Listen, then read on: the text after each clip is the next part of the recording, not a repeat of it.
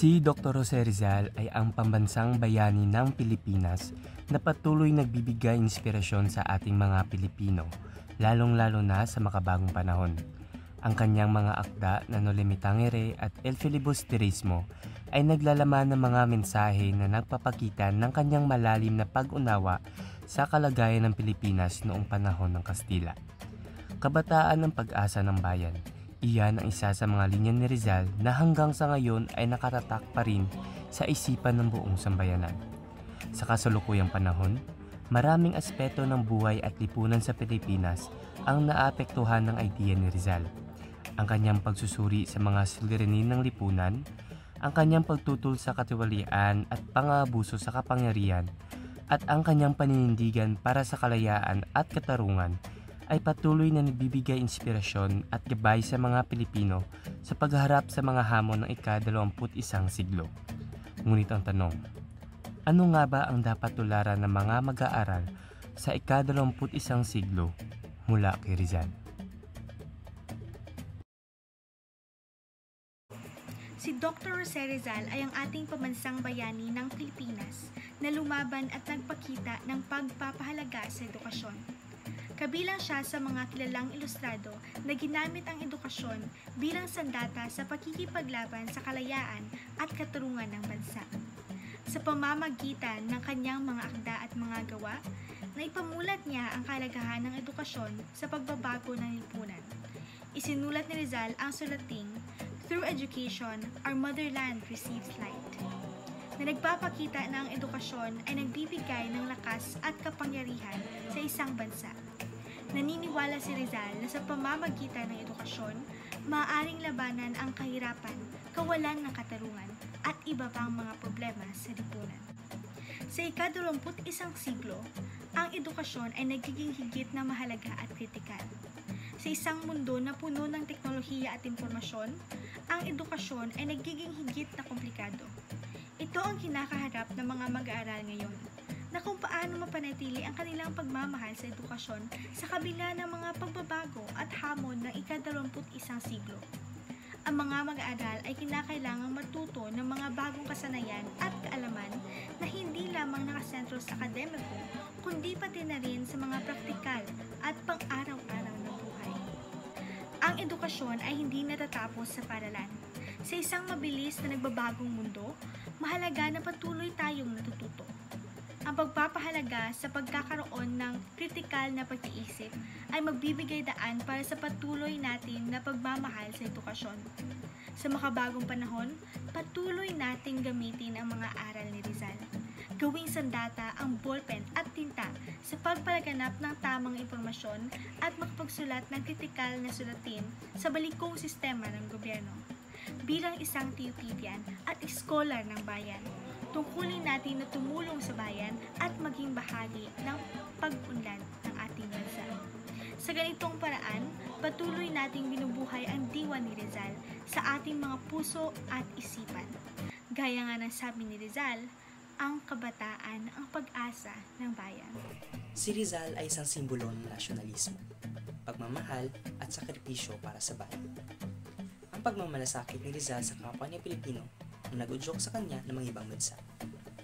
Nilayag ni Rizal ang mundo upang makakita ng iba't ibang solusyon para mapalaya ang kanyang inang bayan. Pinapahalagahan rin ni Rizal ang kanyang pamilya. Tiniyak niyang makatulong sa mga kababayan niyang magsasaka sa Calamba. Armado ng puso at karunungan, tinahak ni Rizal ang mga pagsubok, pitpit ang pagmamahal sa bansang Pilipinas. Bilang mag-aaral ng TUPV, iba't ibang hamon ang dumadaan sa ating buhay. Ngunit, may mga taong mas hindi pinalad na marating ang kasalukuyan nating posisyon sa buhay. Mga magsasakang pinagkaitan ng edukasyon, isang kahig, isang tuka. Nagugutom dahil sa mababang presyo ng palay. Mga taong pinagkaitan ng kalayaan, kalayaang pumiling tatahakin sa buhay. Tumanggi sa mabibigat na responsibilidad, kalayaang mangarap. Ang naghihingalong estado ng buhay ng Pilipino ba ay kadahilanan ng paglimot natin sa ating mga bayani? Gamitin natin ang ating karunungan, hindi lamang sa silid-aralan, pati na rin sa pamamayanan.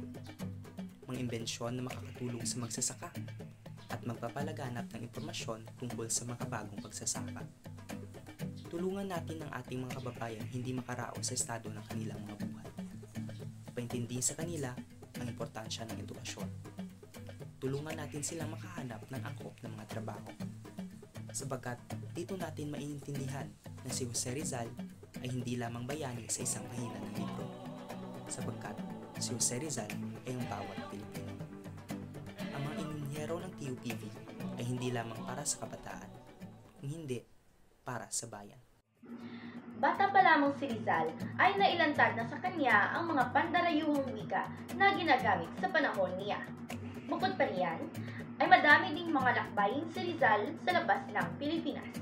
Maging ito man ay ukol sa kanyang layunin na makapag-aral sa ibang bansa o hinggil man sa pagpapalaya sa kanyang inang bayan upang proteksyonan ang kanyang sarili. Marahil, ito ang nag-udyok sa kanyang interes upang alamin ang iba't ibang kultura at lengguwahe ng kanyang kinagisna.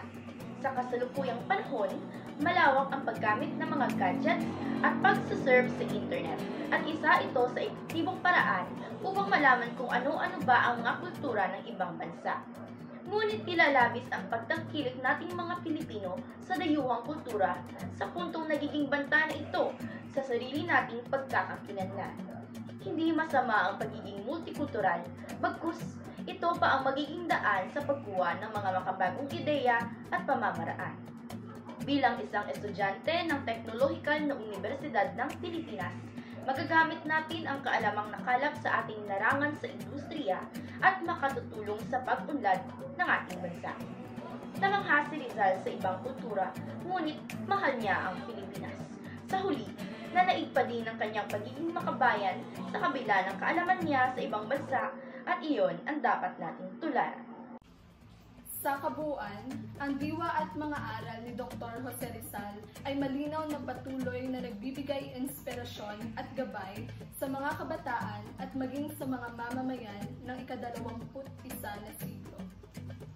Ang kanyang pagmamahal sa bayan, pagpapahalaga sa edukasyon at paninindigan sa katarungan ang siyang nagtutulak at nagtuturo sa mga kabataan na maging isang responsableng mamamayan na may pagpapahalaga sa kasaysayan at kultura ng bansa. Sa panahon ng teknolohiya at mabilis na pagbabago, mahalaga na patuloy nating isapuso ang mga sakripisyo at mga aral ni Dr. Jose Rizal at palagi nating ipamalas ang nasyonalismo at pagmamahal sa bayan sa ating mga gawa at kilos. Sa ganitong paraan, hindi lamang natin inaalala at binibigyang puri at pugay ang ating mga bayani, kundi atin ding ipinapaunlad ang ating bansa tungo sa makatarungang lipunan. Ako ay isang mag-aaral. At isang TUPVian. At ako'y nangangako sa pagtuloy na pagkatuto sa ating kasaysayan at sa makabagong aral. Magiging boses ako Ng mga tao nasa baylayan. karapatang pantao at mga magsasaka. Ako ay makikibaka. Sa ang sulok man ng mundo. Itataas ko ang aking pagkakakilanlan. Anumang wika at kultura ang matutuhan. Perlas ng silanganan pa rin ang sinilangan. Ako ay isang mag-aral at isang TUPVian. Sa mga aral at yapak ni Rizal, aking tatahakin na moral aking hiral. Pagkat ako, ikaw, tayo, Ay taas sa taas, bilang makabago,